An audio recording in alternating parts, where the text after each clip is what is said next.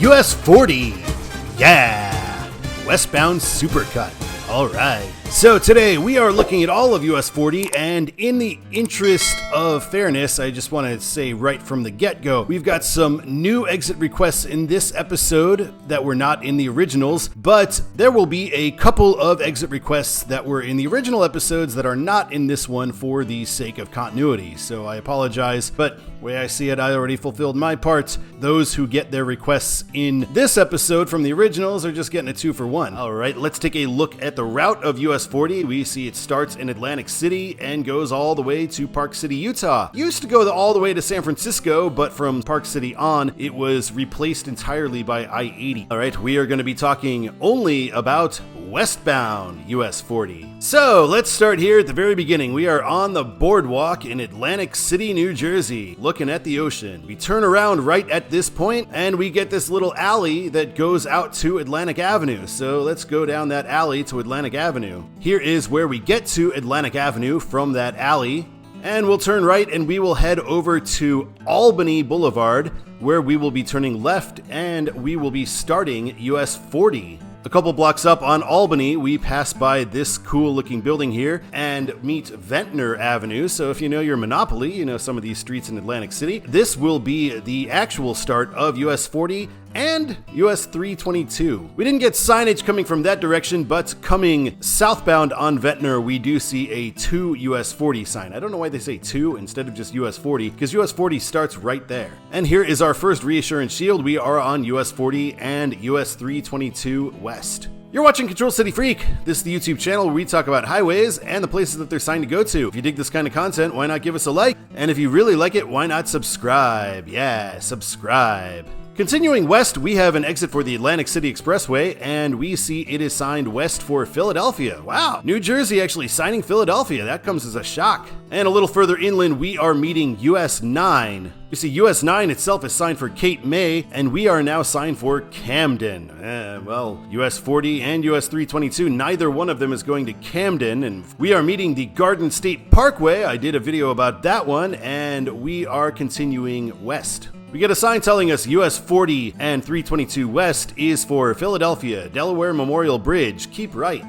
Surprisingly good signage. However, when we split from 322, we are now getting US 40 West Mays Landing, second right. Not so good. And in fact, here we get 322 West Camden, left 2 lanes. 40 for Mays Landing is going to be turning here. I don't understand this. I don't know why we're getting Mays Landing, because it's a small town and it's very near. We should just go with Vineland at this point. And Camden, this would actually be the only time it would make sense to sign Chester, because 322 is going to head to the Commodore Barry Bridge and go right into Chester. It doesn't really go into Philly. It certainly doesn't go into Camden. Chester weirdly would be the choice. Also, why doesn't 322 just end here? What's the point of having it multiplex with US 40 to the end? It's some random 3-digit US highway that outside of this area not too many people know. So why does it get the grand ending that US 40 deserves and gets?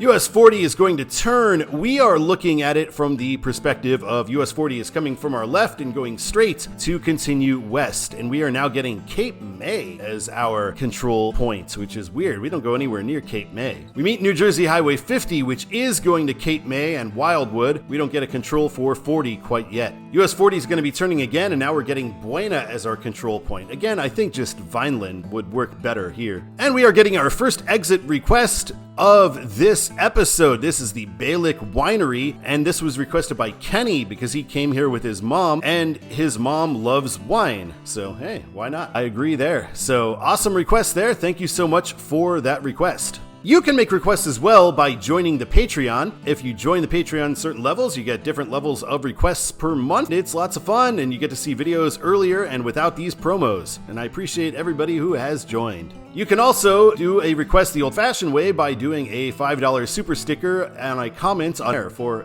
interchange exit point of interest requests, not whole roads. We're meeting State Highway 54, and now we are finally getting Vineland as our control point. This is in Buena. 40 is going to leave itself again. We get West 40 and 2 State Highway 55 for Elmer and Delaware Memorial Bridge. Delaware Bridge on there is a good one. 40 will become concurrent with the New Jersey Turnpike, and right here we get this terrible sign where we get West State Highway 40 instead of US 40, so they messed up on this. This was requested by Boss King Inc. He wanted to point out this hilarious bad sign, so thank you so much for that request. Sharing pavement with the New Jersey Turnpike toward the end of New Jersey, on the entrance ramp up above here, we are signed for US 40 and South 295 for Delaware, just straight up Delaware. The Delaware Memorial Bridge, we've seen this before. We are approaching the Delaware Memorial Bridge toll. We've already crossed the bridge now. The toll is $5. Welcome to Delaware. Hey.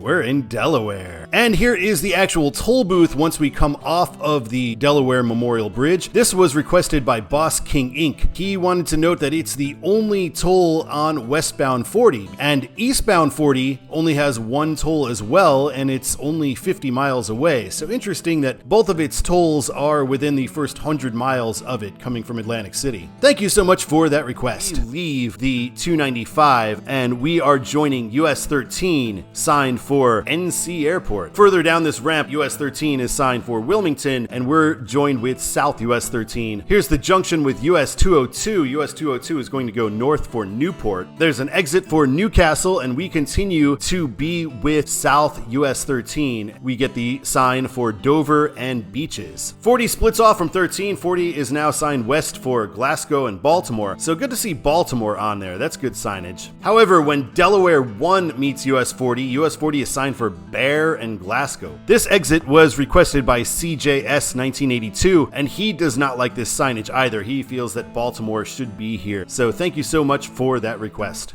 In Glasgow, US 40 is signed west for Elkton at this point, which is actually in Maryland. If you're going to sign a Maryland city, you could sign Baltimore, but Elkton is okay too, because Baltimore traffic would probably be taking I-95. Right here, that little stone marker that we see here is from the original survey of the Mason-Dixon line. When we cross from Delaware to Maryland, we are crossing the Mason-Dixon line. Welcome to Maryland, and also welcome to Elkton. We cross into both. We've just crossed over the Maryland line, and we've got this request from Boss King Inc. This is a restaurant on a strip mall just off of US 40. He just wants to point out it's a pretty unique name, to say the least. Thank you so much for that request. At the same time, meeting a couple Maryland state highways, we continue to be signed for Baltimore. This is the bridge over the Susquehanna River. It is a tolled bridge. I tried to avoid the 95 toll one time by taking this road instead, but it turned out it had the same toll. You gotta go all the way up to US 1 to avoid the toll. I skipped ahead to the Baltimore region, and we are meeting 695 signed south for Essex and north for Towson. Further into Baltimore, we meet I-95. I-95 gets South Washington. We're in the city of Baltimore now, I believe, and we are on West 40, the Pulaski Highway, which is what the name of this road has been for a little while. And we are getting an option for Truck 40 here. I feel like that's a very East Coast thing, these truck highways. And we also have an option of 2 South 895 shortly. This is where the Pulaski Highway splits, so we split off, we end up on Orleans Street, continuing on West 40 through the east side of Baltimore. We pass right by the crown jewel of East Baltimore, which would be Johns Hopkins Hospital. Johns Hopkins University, of course, right next to this as well. This is downtown Baltimore that we're getting to now. We're passing over I-83, the JFX. We do not have an interchange for it because I-83 is just going to end just shortly south of this. Orleans now is going to split into 2 one-way streets, Franklin and Mulberry. We're going to be on Franklin. This part of Baltimore is pretty cool. It's kind of old downtown or north downtown. Right here is Charles Street, and we see the Washington Monument up ahead, which is actually the older Washington Monument than the one in DC. Looking south down Cathedral Street, we can see the Basilica of Baltimore.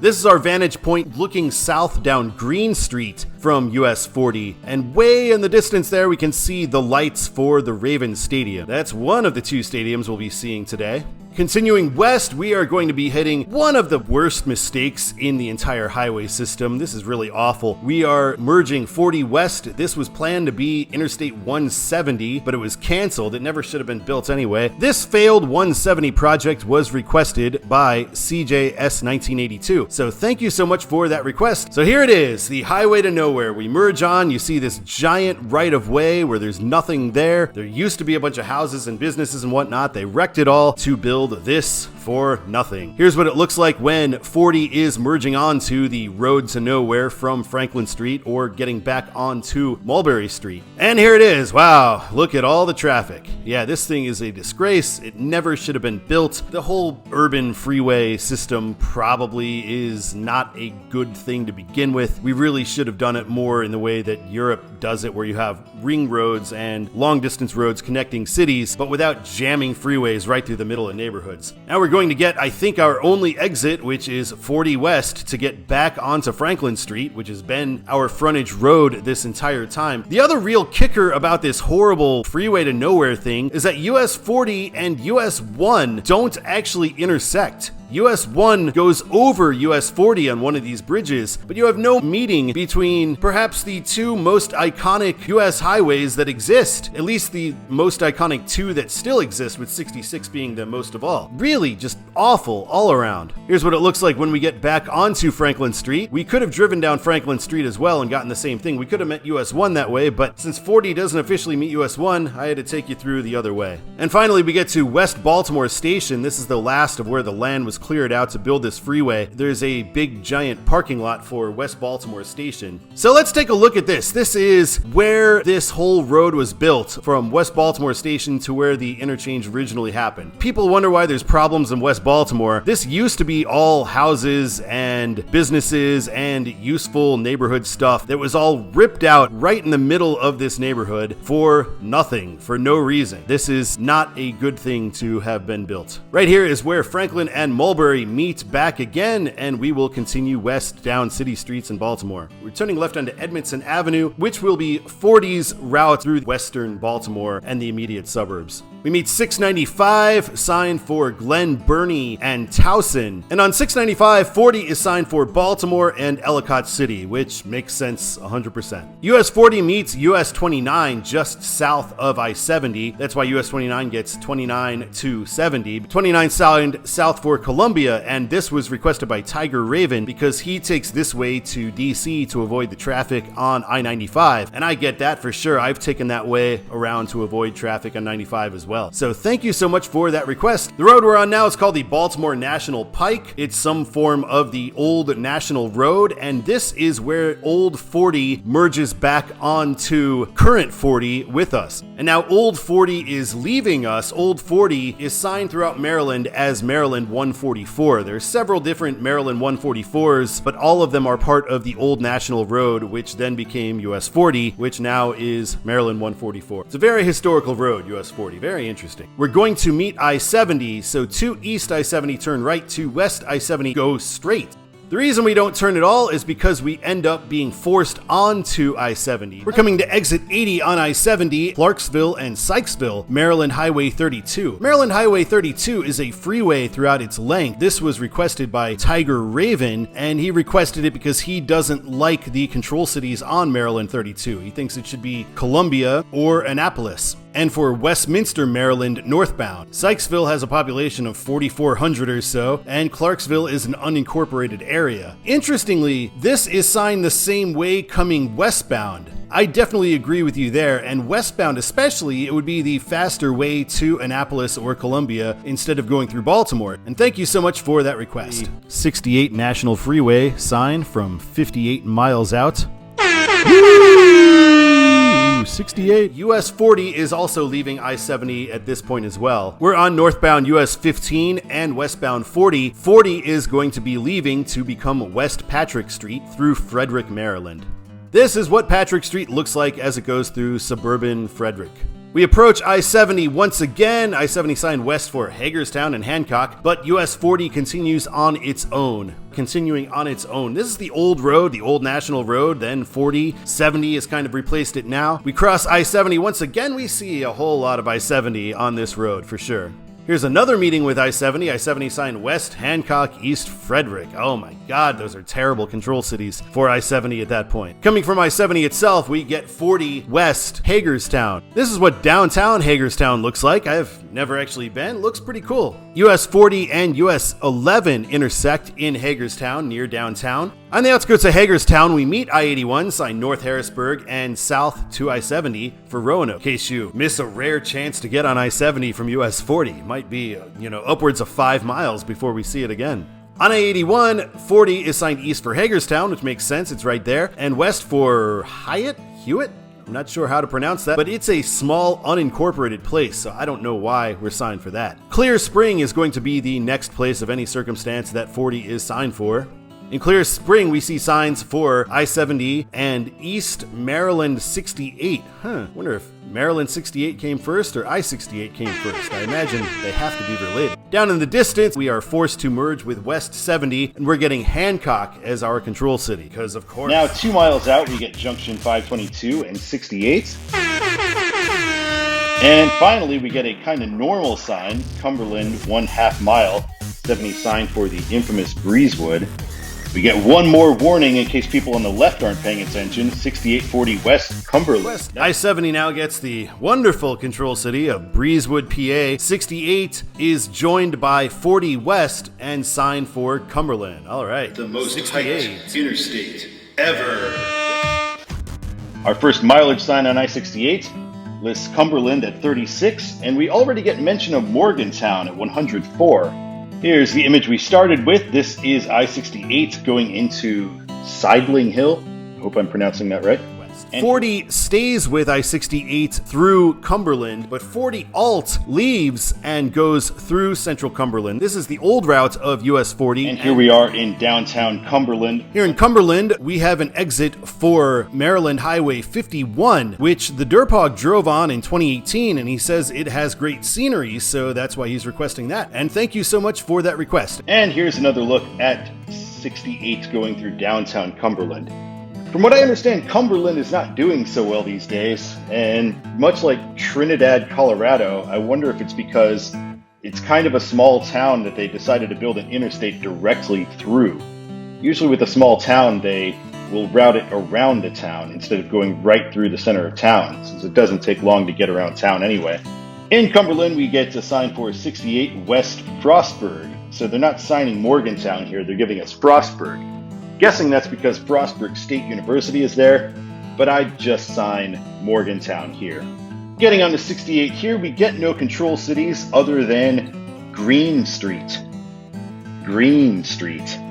Back on the road, now we are at 6 to Frostburg and 66 to Morgantown. Here in Frostburg, 68 is signed for West Morgantown. We're meeting northbound US 219, and we are joining it as southbound US 19 along with 40. This one's kind of interesting to me. So Friendsville, Morgantown, that makes sense. But why are we getting 219 south? This is the same interchange where we get 40 west, which is a much more important road, as it's the only road that actually does go to Ohio and west along I-68. But Maryland wants to sign 219 instead of 40 because 219 keeps you in Maryland, 40 takes you to Pennsylvania. Here is the exit in question.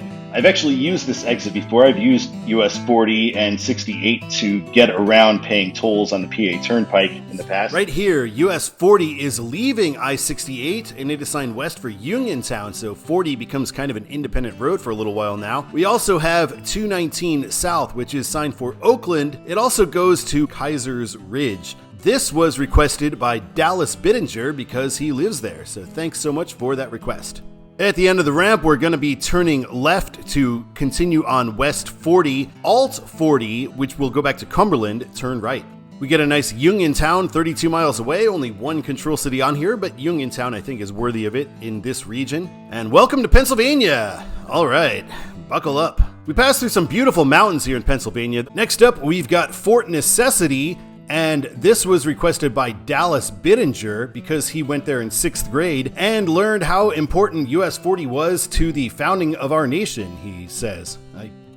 don't think US 40 specifically had anything to do with it. Didn't exist until the 20s. We'd been well founded by then, but I understand your meaning here, as this was the old national road and that has been around for hundreds of years. So good call on that, and thank you for your request. Meeting Business 40, we continue west on 44 Uniontown. We're joining US 119, so we are assigned North 119 along with 40 to South 119 and South Pennsylvania Highway 43, Morgantown Road, exit here. West 40 here is signed for Main Street or Uniontown. Amazingly, North Pennsylvania 43 is signed for Pittsburgh, which really isn't that far away. US 40 is leaving its own freeway at this point and becoming a surface street when we turn left. So at the bottom of the ramp, we see West 40, turn left for Brownsville, Business 40, Main Street, turn right for Uniontown.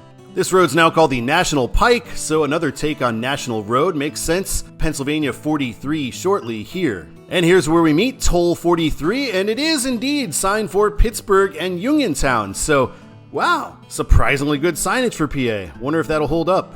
On PA 43, 40 is signed for Briar Hill and Brownsville. Briar Hill we just passed through, and Brownsville will be the next city we'll be heading westbound. We're at the southern end of Brownsville. To get to downtown Brownsville right here, you turn right, and we are signed for Washington, PA, straight ahead. We meet PA 43 again in, North California. Where'd Pittsburgh go? We're only a few miles down the road and you stop signing Pittsburgh. We're closer to Pittsburgh now, yet we start signing California, Pennsylvania. Okay, great job, PA. On 43, West 40 is signed for Centerville. That'll be the next control city we've got, although we've already had Washington signs, and Brownsville will be signed the other way. Meeting Pennsylvania 481, Centerville, turn right. Coming from 481, westbound 40 is now once again signed for Washington, only 11 miles away. I don't like it on 70, I don't like it on 79, but on US 40, Washington is a fine control city. I-79 is signed for Waynesburg for some reason, PA, just sign at Morgantown. US 40 meets US 19 in Washington, and this intersection was requested by Leo. He wanted to show this because both him and the Xavier 456 have made videos about this road, so it is an important road to both of them. So thank you for that request. We're briefly concurrent with US 19, and now North US 19 splits off. We continue on West 40.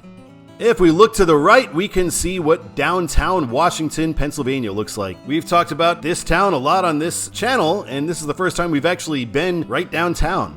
Wheeling, West Virginia becomes the bottom line out of Washington, and that makes sense to me. I-70 is also signed for Wheeling. 70 probably should just be signed for Columbus, but I get it. For a bit of the western section of Pennsylvania, the far western section, US 40 is right next to I-70. In fact, we can see it from here. We enter West Virginia still as an independent road. You get I-70 east signed for Washington, PA, which again, fine on US 40, not so good on an interstate, and 70 and 470 signed for Columbus. Coming off of I-70, US 40 is signed Elm Grove and Triadelphia, because we're not quite to Wheeling yet. Welcome to Wheeling, although the sign is telling us turn right for Wheeling, but we're also being told we're officially in Wheeling now, so they mean downtown Wheeling. West 40 and North West Virginia 88 head to the right. We go right under the I-70 and I-470 interchange. We meet I-70 right after it, and it is signed West Columbus, Ohio. Right here, US 40 does kind of a tricky thing where we make about a 170-degree turn to continue straight into Wheeling and west on 40 to West 70. In downtown Wheeling, US 40 is going to be jumping back onto I-70, so we're signed west for Columbus there. We join I-70 and then immediately leave it. We just have this bridge over half the Ohio River onto Wheeling Island, and we will exit onto Wheeling Island along with US 250 North. Wheeling Island, North 250 and West 40 go straight, and we also get to Ohio 7. We're still in West Virginia, so we can't have any Ohio highways just yet. We cross the second half of the Ohio River off of Wheeling Island and into Ohio. I couldn't find a Welcome to Ohio sign. I'm sure there's a nice one on I-70. In fact, I know there is. 40 and 250 are going to be splitting up, and here is Ohio 7. Between Wheeling and St. Clairsville, we hug just to the north of I-70 through pretty much the entire route. So the control cities really could just be small local towns. Here's one exit off of I-70 and 40 sign National Road and County Road 214. So you can't really put any control cities on here because you're better off staying on 70 to get almost anywhere. In St. Clairsville, Ohio, we passed DeCarlo's Pizza. This was requested by ENB9851. So thank you so much for that request. He said he requested it because he was on a road trip, had a random stop here, and they had Ohio Valley style pizza, which you'd never heard of before, and nor have I, but said it was really delicious. So if I'm ever in that town, I will definitely check that out. We're meeting I-70 once again. I-70 signed for Columbus and Wheeling. Here's the actual sign to get on West 70 Columbus. And unless you are a US 40 completionist or just really need to get to one of these small towns, you're probably better off getting that way. Let's take a look at the map again. Again, US 40 is very close to I-70, parallels it, goes through some of the smaller towns. Eventually, we do merge back with I-70, so we continue concurrent with I-70 at that point. Jumping ahead to exit 186, US 40 is leaving I-70 again, and it's signed for Senecaville and Old Washington. So Old Washington will be the town that we will pass through. Continuing down 40 to the Cambridge area, we are meeting I-77, which is signed north for Cleveland and south for, well, let's leave that alone. On I-77, 40 signed for Old Washington, which would be to the east of us, and Cambridge, which would be to the west of us. We come into Cambridge and we meet US 22. US 22 east is to the right, and we are going to be concurrent with US 22 for quite a few miles here. To get you a Control City sign a little bit out of town, New Concord. That'll be our new Control City for 22 and 40. Cambridge 2 miles behind us. In New Concord,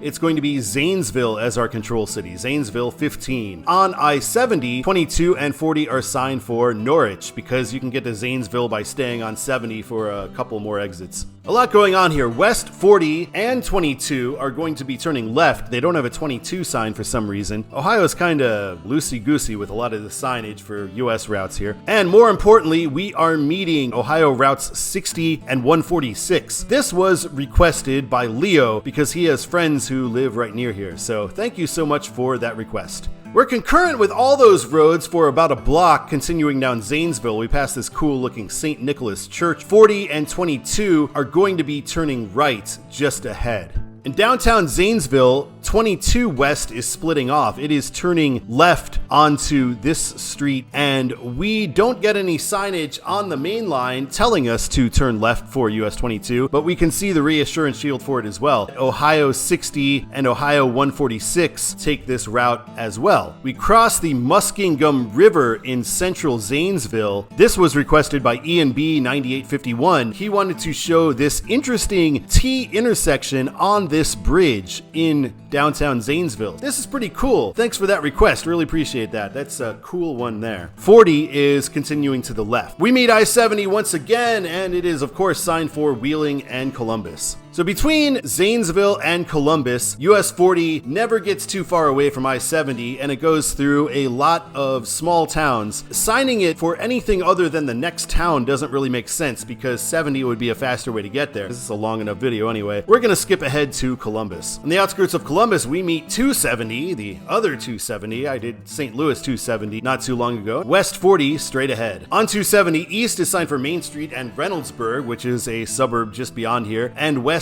Main Street and Whitehall. We're actually on Broad Street now as we meet Ohio Highway 16. 40 continues straight ahead. We're going to be meeting US 62, and for US 62, you're going to want to turn right for one direction of it, and we're going to be concurrent with the other direction. We're heading into downtown Columbus on 40 and 62, and I-71 is below us right here. In downtown Columbus, things get a little weird signage-wise. Signage for 62 kind of disappears for a little bit. US 23 and 33 are concurrent right here on 4th Avenue. You would turn right for northbound US 23 and US 33, but we have no signs telling us that. Coming from the eastbound direction, they do sign US 23 and 33. I don't know why they sign it in one direction and not the other. Maybe the sign fell down or got stolen. I have no idea. And at 3rd Street, the next block up, US 23 and US 62, along with Ohio 3, are signed. They're saying southbound US 62, so we lose US 62 here. US 40 continues straight, and they don't have anything mentioning US 33. So yeah, very weird. We pass right by the Ohio Capitol building, which is always kind of a weird one because the dome doesn't have a top. I don't know if I like that one or if I don't like that one. I can't quite figure it out. It is unique. We've also got a request for the Ohio State House from Mark Schieg.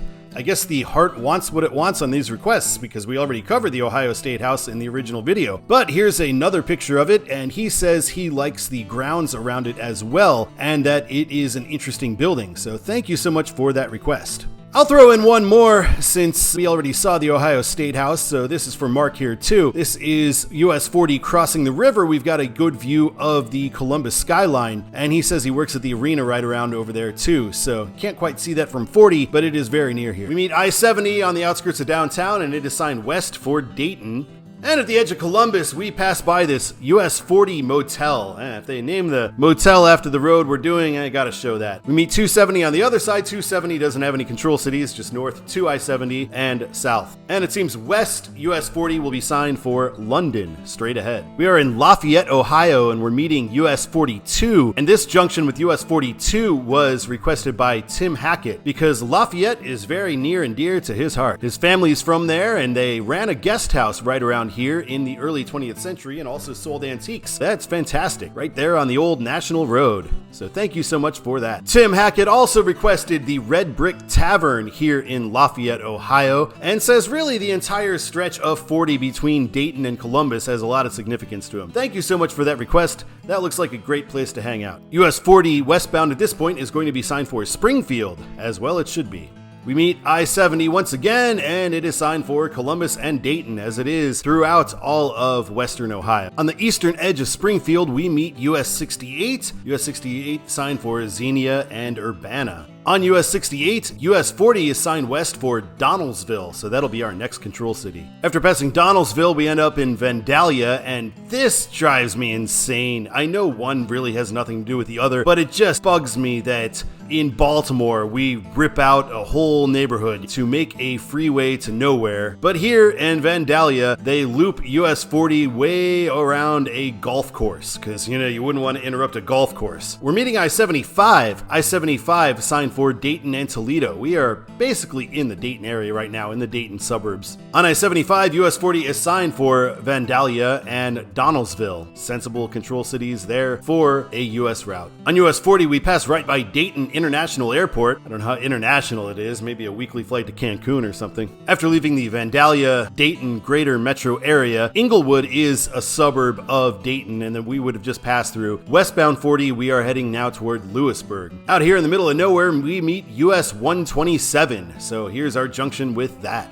Now we're far west enough in Ohio that we are only getting Indiana control cities. So we get Richmond, Indiana, and Indianapolis, Indiana. Do they really need the IN for Indianapolis? I think people know what state that's in. We're on the Ohio side right before Richmond. I've been to this place before. My buddy and I, we were doing a road trip and we stayed in Richmond. We went to a local store to buy beer and they were like, oh, it's Sunday. We don't sell beer in stores in Indiana. So we walked 5 minutes onto the Ohio side and we're able to buy beer here at this lovely mart. So thank you, Petro. We meet I-70 and US 35 right at the Indiana state line. So we got a lot going on here. So we see Indiana. They're giving us both of the Indiana tropes on the Welcome to Indiana sign. We get Benjamin Harrison and Lincoln's boyhood home. Usually they only give us one. And we also get our exit for 70 West and 35 North for Indianapolis. Here's a sign for 70 East and 35 South Columbus. This might be old because it's from 2018 and it mentions Columbus. This might have changed to Dayton by now. We meet US 27 in central Richmond, Indiana. So north US 27, turn right on 9th Street and go straight for West 40. One block down in downtown Richmond, you would turn south for US 27 and Indiana Highway 227 and continue straight for 40. Coming out of Richmond, Centerville is going to be our next place signed, and Indianapolis is our bottom line at 64 miles away. Not too far away to Indy. So looking at the map from Centerville until the outskirts of Indianapolis, same kind of deal in Ohio. We're never too far away from I-70. It's just going to be a bunch of secondary control small towns and Indianapolis on the bottom line. So I'm going to skip ahead. In Indianapolis, we meet 465 and we get South 465 and West US 40. We're on Washington Street. on the outskirts of Indianapolis suburbia. On 465, 40 East and Washington Street is also our exit. They don't give us any control cities. I'm going to do a 465 video eventually, so I'm going to skip, but I will note right here, before we get this exit for US 52, we've got an amazing 7 roads concurrent on 465 at this point. US 31, 465 itself, US 52, US 40, US 36, US 421, and Interstate 69 are all sharing pavement right here. So on the other side of 465, we exit 40 West, still Washington Street. So obviously Washington Street was the old route of US 40 through town before they routed everything onto 465. Here is Indiana State Highway 39 looking south at US 40, left for Plainfield, a suburb of Indianapolis. Westbound, we are signed for Greencastle. US 40 doesn't actually go to Greencastle, so on the next sign we get Stylesville and Terre, Haute. So I wonder why they don't put Greencastle on there, since Greencastle was our control from Indiana 39. We're meeting state highways 240 and 75 right here. One of those is the one to take you to Greencastle, straight ahead for Terre Haute. We meet US 231 in a fairly rural area. US 40 is straight ahead. 2 I-70, of course, because we're never too far away from that. Now we're getting Brazil 17 miles away. It's the next town of any significant size. I do think signing Greencastle's fine, even though we don't go to it. Signing it out of Indy, signing Brazil after that as our secondary would work well. And then Terre Haute 33. Or even as our primary, because if you wanted to go to Terre Haute, you'd be on I-70 because it's faster. We're heading into Terre Haute and we get to I-70 and West 40 along with East Indiana 46. Turn left. Indiana State University, the Sycamores, go straight, and downtown Terre Haute. Old 40 would be going straight. So here's where we meet I-70 and we get West 70 and West 40 for St. Louis. We're in Indiana, so it's well signed. We're concurrent with I-70, but here's where we meet US 41 for Terre Haute and Evansville, since I did 41 as far south as this earlier. Illinois really brings out the fanfare on I-70. We just get this Illinois state line thing. There might be a better Welcome to Illinois sign, but I couldn't find it in Illinois. It just makes it too hard to find. Shortly in Illinois, we get this 40 West sign. No control cities given. We're going to be somewhat parallel to I-70 and just passing through small towns. Even on the ramp, they don't give us any kind of control city at all, just 40 West, turn left. We meet Illinois Highway 1, Michigan Avenue. Come on, Illinois Highway 1 is Halsted Street, not Michigan Avenue. From Illinois Highway 1, we are signed for Casey if you turn left. Right there in front of a Casey's. Interesting. Terre Haute, Indiana if you turn right. So we will head over to Casey. In Casey, we meet Illinois 49, signed for Willow Hill and Kansas. That doesn't go to Kansas. It doesn't get anywhere near it. Illinois 49 sign up ahead. We'll zoom in on that a little bit. And this was requested by Saturn Otaku. He wanted to see this intersection for Illinois 49 and Casey in general, because Casey is known for a lot of world's largest this and that. The world's largest rocking chair and the world's largest wind chime. So not too far off of US 40. We also have the world's largest golf tee. Seems like cool things to look around at. Thank you to Saturn Otaku for that request. Really appreciate that. On Illinois 49, if you turn left onto US 40, we will be signed for Greenup. And now we see Greenup is 9 miles away, Effingham 32. Skipped ahead to Effingham, we meet US 45, not surprising because US 45 tends to hang around with I-57 a lot. We're concurrent with US 45 for a short period, and now US 45 south is going to turn left on Banker Street. In my mind, Effingham, you kind of know it for two things. You got this big giant cross that they compete with Texas with, and I-70 and I-57. And in this picture, we see both. We go under I-70 and I-57, but we do not get an interchange with that concurrency. I wonder if we'll ever get to meet I-70 again then. Coming out of Effingham, Vandalia is going to be our next control city, and that's a good choice. Oh, well, we do meet I-70. Oh, whew, I was worried there for a second. West 70 St. Louis, not East St. Louis, so that's an improvement. East 70 Effingham makes no sense at all, because if you're driving on this road, you're coming from Effingham, or you're coming from some small town where you'd be better off going the other direction on 40 to get to Effingham. Southbound US 51 is signed for Sandoval, and we are going to be concurrent with US 51 heading into Vandalia. Just before meeting I-70 once again in Vandalia, US 40 will turn left. And on the outskirts of Vandalia, we pass this weird arch thing. I don't know what it is, but it just looked cool in Street View. I-70 still signed for St. Louis and Effingham. US 40 spent some time very close to I-70. Once again, we can see I-70 just to the left of us. And in fact, coming out of Mulberry Grove or so and continuing for quite a ways, we are going to either be next to or concurrent with I-70, so I'm going to skip ahead a bit. Exit 30 is the next time 40 properly leaves, and 40 is heading to Highland. Here's where we split off from Illinois 143, and we go straight for Highland. And Highland, suddenly we're signed for East St. Louis instead of St. Louis, but I guess on a smaller road like 40, that's not so bad. Illinois Highway 4 travels above us, and we have a kind of quasi-interchange over to it, and the TheDerpHog wanted to see this because he used Illinois Highway 4 when he was visiting family in Springfield, Illinois on a recent road trip. So thanks so much for that request. You get a mileage sign even though we're kind of in the St. Louis metro area now, 5576 miles away, and East St. Louis 23. We join southbound 55 and westbound 70 heading for St. Louis. I-70 signed west for Kansas City. It's going to go over the newer stand span. We continue into downtown St. Louis on I-64 and I-55. 40 signed along with them. We cross the Poplar Street Bridge, and we've got all this going on in downtown St. Louis, where we meet 44, 270 for Kansas City, 44 and 55 for Tulsa and Memphis, and we get 64 and 40 for St. Louis. Missouri welcomes you with almost certainly its most iconic welcome sign. On the upper deck of I-64, we get a much better view of Busch Stadium as we drive past here. I always hope the Cardinals lose every game, but I do hope that they are having the opportunity to do so and playing those games in a few months. Here's another look at the upper deck through downtown St. Louis. And here we can see kind of the backside of the stadium, some big ramps, some cool old brick buildings, some newer buildings, some nice architecture in downtown St. Louis. This is the western edge of St. Louis proper. We have the giant Amico sign near the Forest Park exit. Now we meet 270, and now we're signed for 64 West Wentzville. I don't like seeing suburbs on my two-digit interstate. Should be 64 West Kansas City at this point. Here is a road merging into I-64, and we see 64 West is signed for Wentzville from this road as well. We approach I-70, we get 70 West Kansas City, 61 North Hannibal, and 70 East St. Louis.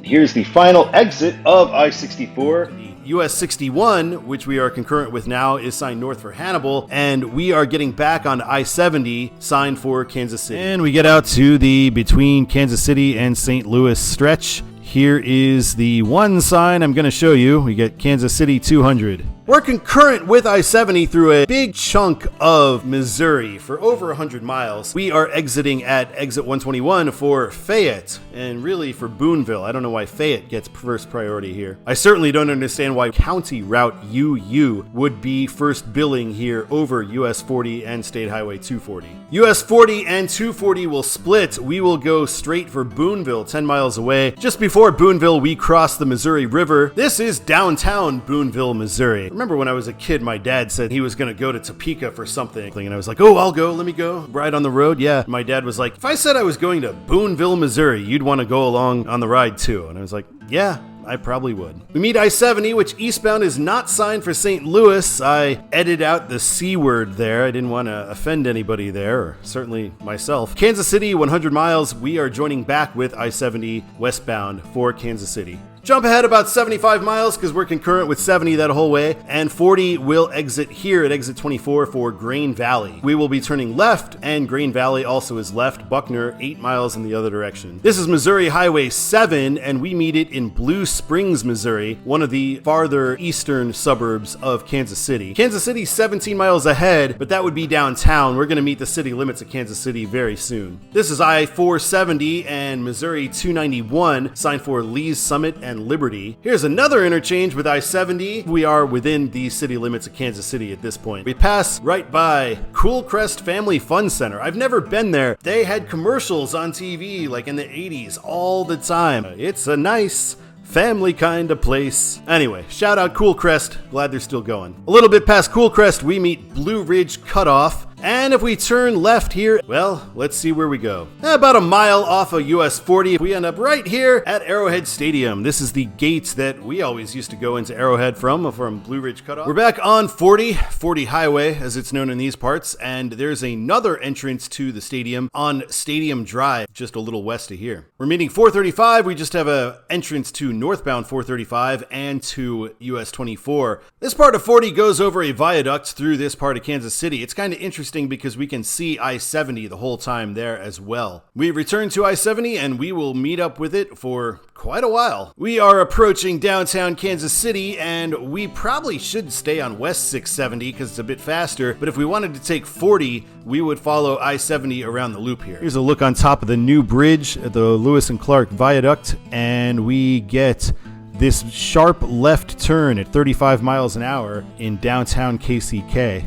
Here's a look at the actual curve right here. This exit's kind of nutty, just for railroad yard. It says no non-railroad personnel, but it didn't always say that. I've gotten off of that exit a couple of times just for kicks, and you're just in a railroad yard. It tells the truth. Here is the Turner Diagonal. For many years, this is where US 40 left I-70, but it no longer does. It used to be state along with US 24 through Kansas City, Kansas. Instead, US 40 will stay concurrent with I-70 until we get to the Bonner Springs exit near the toll road. It used to be the last toll exit, now it's the last free exit. We are getting north K7 and US 73 and west US 24 and 40, as 24 is concurrent with us right now as well. First off, we get this I don't know why they keep renaming this place. It's Sandstone. Everybody in Kansas City calls it Sandstone. It's had like 200 corporate names. Nobody acknowledges it. Sandstone. Seen a lot of good shows here. Metallica, Ozfest, Warped Tour, Wheelie. Once we actually get to K7, we see we are going to be turning right for US 73. This is the sad start to the sad US 73 that nobody acknowledges. We will be concurrent with those roads.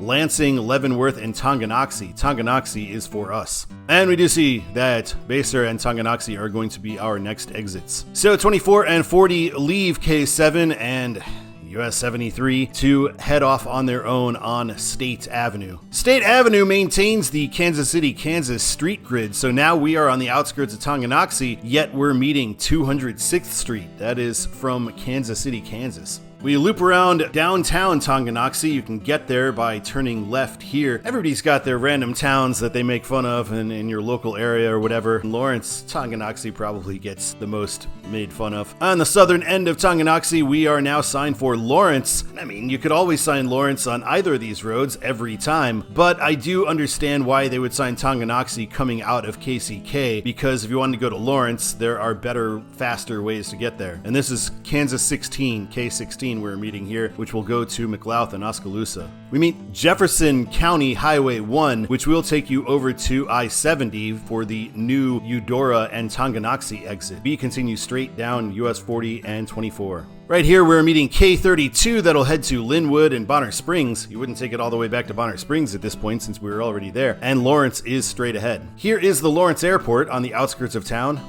I have never once been there. We're going to be meeting US 59, and this is known as TP Junction locally, and it's known as that because there's this weird hotel that has teepees right out here on the edge of town. Here is our junction for US 59. We are getting Lawrence, turn left, Oskaloosa and Topeka turn right because 24 is going to head to Topeka, 59 is going to head to Oskaloosa. We are losing US 24, though we will see it again, and you know where. We are now going to be concurrent with US 59. Here is the ramp onto the East Lawrence interchange, so you could get on exit 204 onto the Kansas Turnpike from here. And heading into town, we get this nice Lawrence sign. We cross under the Union Pacific Railway in the flood of 93. This was completely underwater. It was wild. Past the Union Pacific Depot, which is now an event center. I actually had my wedding celebration thing there, not the wedding, but post-reception kind of thing. This is Johnny's Tavern, maybe the oldest bar in Lawrence, certainly the oldest bar in North Lawrence. If you go, get the buffalo chicken dip. It is awesome. We're crossing the Kansas River and heading into downtown Lawrence, although we won't be very downtowny on US 40. Here at 6th and Vermont, we are getting a right turn for US 40 and US 59. So if you go straight ahead, you are in downtown, but we're heading away from downtown here. You do pass the train park, a Lawrence institution. There's some train there for some reason. Nobody really knows why. And I should shout out here, we got the 6th Street Taco John's and the 6th Street Taco Bell in the background. Those are the versions of those branches that I've been to probably the second most in my life. And 6th and Michigan is right here. I used to live just a couple blocks away from here for a time. And we are meeting the West Lawrence interchange, so you can follow this ramp down to McDonald Drive and past the Holodome to get to exit 202. At 6th and Iowa, they have decided that US 40 will now be concurrent with US 59 and turn left here. We're not going to be doing that because it's ridiculous. I'll show you why. If we look at this map here, they rerouted US 40 to follow Iowa Street to the very southern edge of town, get on the Lawrence traffic way with K10, and come back to the far west side of town. It's a much longer route than just following 6th Street because 6th and Iowa Streets are equally busy, trafficked with stoplights. You're not going to save any time driving all the way down to Iowa. You're just going to burn extra gas. I have no idea why they took US 40 off at 6th Street, and I do not acknowledge it. Just past the Iowa Street intersection, this is no longer here, but this was the days in here. It used to be the Ramada. Used to go to karaoke every Wednesday in my college days at that spot. 6th and Castled, which when I was a kid, this was kind of the outskirts of town. This is a 4-way stop, and we still got quite a bit more 6th Street to go. This Champion Drive, I think this goes to the new high school. This is all way outside of town in my mind. This is east Topeka. We get to Wakarusa. This used to be Drag Strip Drive, which was named both because the Lawrence Drag Strip was there and because people used to drag race on it. It was a gravel road, and that's what it was when I was a kid. And then they built a McDonald's out here, and everybody thought the guy was crazy, but all kinds of development out here. Sprawl. Here we're meeting US 40, even though we're already on US 40, and this is really K10, the South Lawrence traffic way. You can turn left to get onto what they now consider to be East 40. On K10, we are getting signed 40 for Lawrence and Topeka, the way it should be signed. Douglas County 442, better known as Stoll Road, heads right past the Stoll Cemetery, said to be one of the 7 gates of hell or something like that when I was a kid. Although I imagine every region has their same kind of local myths. US 40 is within sight of I-70 for much of the route to Topeka, especially in the Douglas County portion. We do cross under I-70 at the Kansas Turnpike, and it will be Shawnee County once we're on the other side. This is a fairly new freeway, the K4 freeway, so we are joining with K4, becoming concurrent with that. And that freeway does not go for long before we get to I-70, and we have our choice of East 70 for Kansas City or West 70, which is not a toll road and is also where we're going because that's West 40 as well. So we follow the ramp to West 70 and 40, and then we get a ramp for South 470 and South Kansas Turnpike for Wichita. That'll become 335 later on, and we are now signed for Topeka and Salina. Our first exit on the free version of I-70 coming off the Turnpike is Rice Road, and this used to be a different exit for US 40 itself. It used to be a real convoluted interchange when the control city for I-70 in these parts was Denver Colo. Look at downtown Topeka, 470 and US 75 with no control cities, just like going the other way. Right here officially marks where I always felt like I'm on the road if I'm on westbound 70. Anytime I pass 470, I'm on a trip. 470 could just be a run to Topeka for something or other, but now I'm on the road. So Salina 101, Salina becomes our primary control city here. Here in the Salina area, we get the exit for 135 South Wichita, and you can see that 70 West sign for Hayes. And now we see Hayes is the primary control city here on the bottom line. In Hayes, there are no overhead signs in Hayes, but in Hayes we get 70 West Denver from the main exit in Hayes. Although from the next exit in Hayes, we get 70 West Waukene. So all over the place, really. On I-70 itself, the next mileage sign we get is Limon. Why? Sometimes it's Denver. They go back and forth. Sometimes it's Limon, sometimes it's Denver. I'd heard they were in the process of switching all of them to Denver, but there's still a lot of Limon signs out there. 40 is going to be leaving 70 at exit 76, so 40 is signed for Oakley and Sharon Springs. We head into Oakley, and straight ahead we're going to be signed for Oberlin and Sharon Springs, and if you turn left it is Scott City. The reason for that is we are meeting US 83, which we will become concurrent with. US 83 south, turn left, we will continue with it straight. And now we split from US 83, which I imagine would be signed for Oberlin still, and we are going to be signed for Sharon Springs. Sharon Springs is on our bottom line at 53 miles away. And in Sharon Springs, well, it begins when we meet K7. K7 signed for Tribune. We are signed for Limon. Getting some nice early Limon action. At least we weren't signed for Limon coming off of I-70. We're right near the highest point in Kansas, which is Mount Sunflower, so if you turn right here, it is 12 miles from there. We don't have any Kansas cities to sign left, I suppose, so we are signing Cheyenne Wells, Colorado 33, and Limon, Colorado 130. 130 is a long way to sign Limon. I mean, traffic heading that way is going to be going into Denver anyway, so maybe just sign Denver? And welcome to colorful Colorado. At the border, we're getting a surprisingly useful Colorado Springs 154, Denver 190. That's maybe the best sign in the entirety of Colorado. We're meeting US 385, and we are going to be concurrent with that now. This is in Cheyenne Wells. And when we split with 385, we are going to be signed for Kit Carson. 385 will be signed for Burlington, right on the border with Kansas by I-70. In Kit Carson, we're going to be meeting 287. We are going to be merging with 287, so we are turning right. And 287's a little more substantial of a road here than US 40 is. And we see as we turn, we are on West 40 and North 287. Colorado 39 in Kit Carson, they are getting Siebert, and we are getting Limon. Colorado 94 actually cuts you over to Colorado Springs, which makes signing Limon all the more useless because that's the main point of Limon, is it's the split between going to Colorado Springs or going to Denver. But if you want to go to Colorado Springs now, you'd be getting on Colorado 94, so why not sign straight ahead Denver? As we approach Limon, we get to Hugo first. I just want to point this out because Limon has no hospitals. This is the nearest one, and we're meeting I-70 at one of the two redundant interchanges here. We get no control city signs, just west and east 70. This sign up ahead looks like it was going to tell us a control city, but instead they're just telling us business district straight. And now we're getting a Limon 1 Colorado Springs 75 because I think we have merged with US 24, but Colorado didn't tell us that. We're meeting I-70 again at the second redundant interchange. We are getting a sign for the way station if you get on westbound 70. Meeting Colorado 71 in downtown Limon, and this was requested by Andrew DeVore because it's the best meme town on this channel.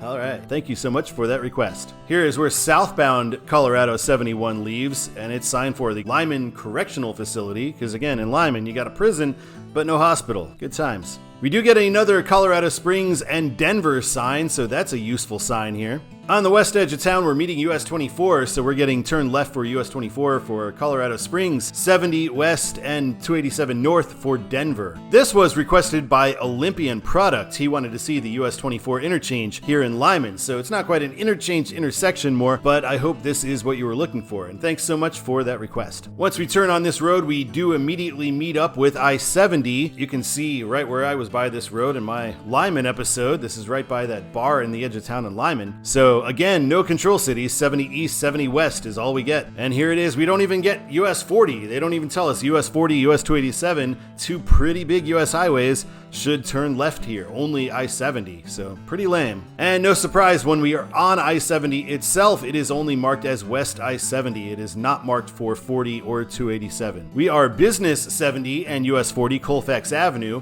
They don't mention 287, that's leaving as well. And 70 West Denver, the other direction. Heading down Colfax, we meet 225 right here. That's a road we'll do in a future Denver episode. And getting into Denver, we pass the Fillmore Theater, which is a pretty cool looking older theater here. Colfax, I believe, is the zero line street that all things are measured by from Denver, so we pass right by the state capitol on Colfax, so that's pretty cool. After passing the Capitol, then we have some views of development in downtown Denver, so pretty interesting here. And here's another look at downtown Denver.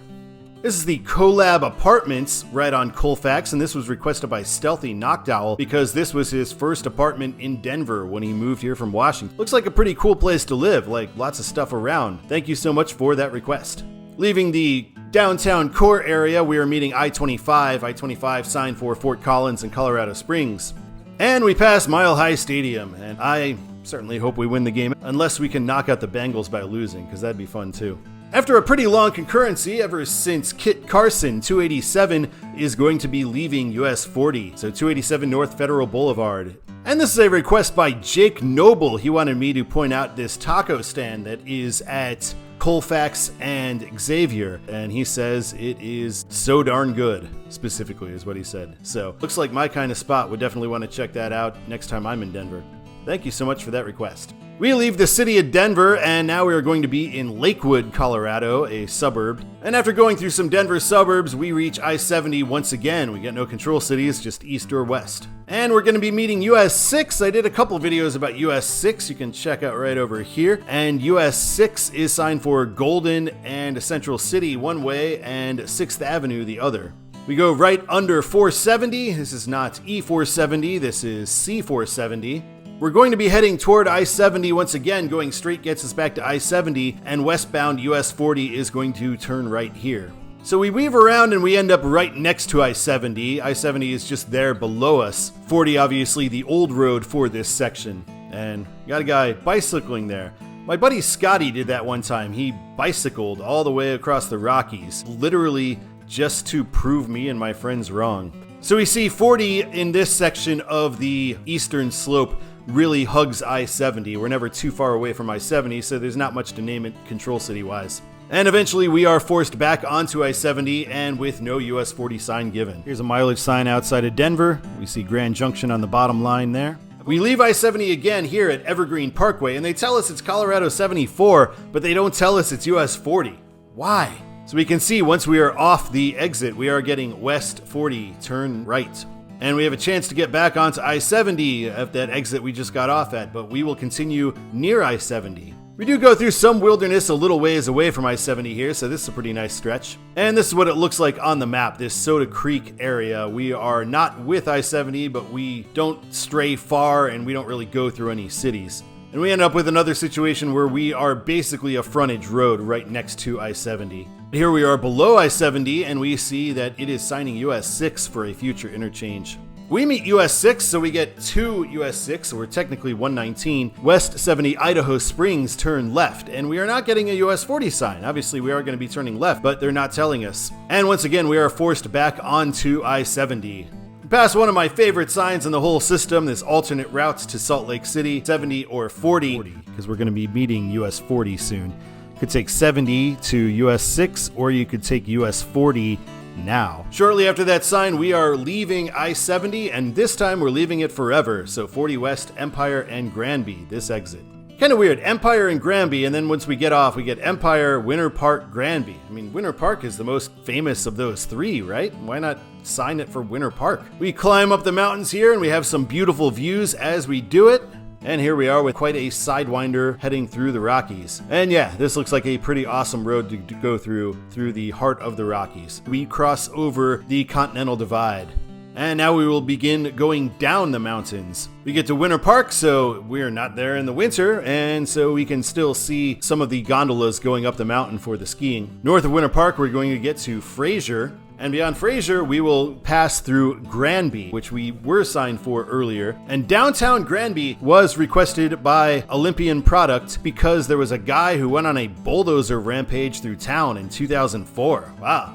That's pretty wild. I gotta check that out. And thank you so much for that request. Just outside of Granby, we are meeting US 34. US 34 is signed for Grand Lake and Estes Park. And this is also the end of US 34. This was requested by Olympian Product as well. So thank you so much for that request. On US 34, we see turning left, you get Granby and Denver. Turning right, we get Hot Sulphur Springs and Steamboat Springs. So Steamboat Springs becomes our main primary control city. We're meeting Highway 125, and it is signed for Walden and Fort Collins. Here we're meeting Colorado 9. I've never been on this portion of 40, the part that I've been covering since we left I-70, but I did go to Steamboat one time and I took Colorado 9 up from there, and then I've been on 40 for the remainder of it from that point. Looking at Colorado 9's perspective, we see turn left for Steamboat Springs, right for Hot Sulphur Springs. And here we head into Steamboat, the one place I've ever skied at in my life, in 1997, and we're getting downtown right lane. Here is downtown Steamboat Springs. Actually saw a movie in this theater. Coming out of Steamboat Springs, we are signed for the regional airport. That is going to be our control city more than anything. Not sure I think that's a great one. Then at the airport, we are signed for Hayden as our new control city. I'd go ahead and just skip to Craig. And now we're getting Craig and Maybell as our control cities here. Craig being the one that is quite a bit larger. Here in Craig, we are meeting Colorado 13, and we will continue straight.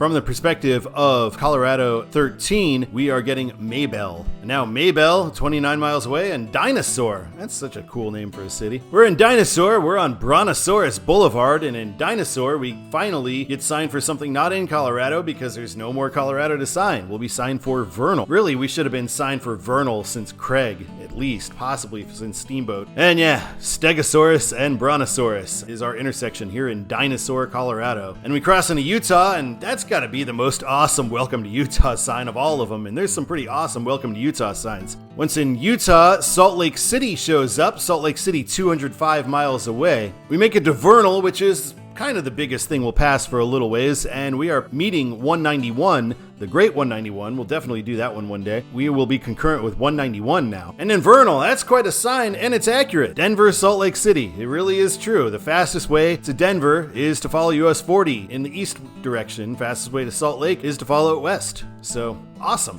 And these are going to be some of our last few cities in Utah. We've got Roosevelt, Duchesne, and Heber City. In Roosevelt, we're getting a sign for Salt Lake City for US 40, and we get this 200 east. That's how they always do it in Utah. It's always 200 east, 100 west, things like that. We're splitting from 191 in Duchesne. 191 will be signed for Price, Castledale, and Green River. Coming from 191's perspective, 40 will now be signed for Heber City, westbound. Both would go to Roosevelt. And now we've got Heber City, 69 miles away. Nice. The next two cities on that list, US 40 does not make it to either. And we're getting a 8,020-foot summit. This is the highest point on US 40 in Utah. And coming down the mountain, it is lovely. It's a beautiful drive over here. And in Heber City, we are going to be signed for Park City and Salt Lake.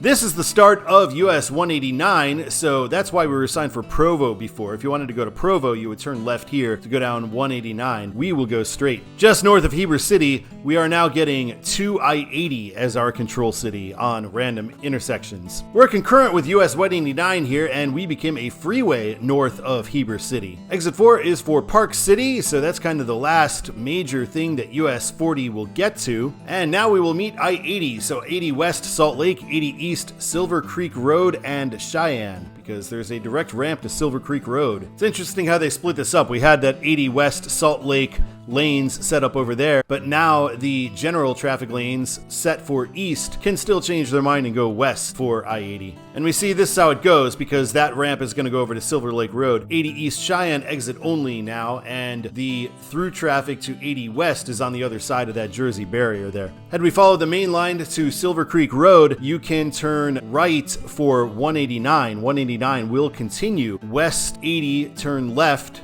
and end 40 goes straight, which is really weird. Wouldn't 40 just end without having a forward motion there? That's kind of strange. I believe 40 officially ends at that stoplight, but if you didn't get off on that mainline part, if you stayed on the westbound 80 interchange, then you end up in this situation where you are Jersey barriered in. If you wanted to go to that view area, you wouldn't be able to. And here is where 40 traffic finally meets 80 traffic to free flow through to Salt Lake City. So that shall end West US 40.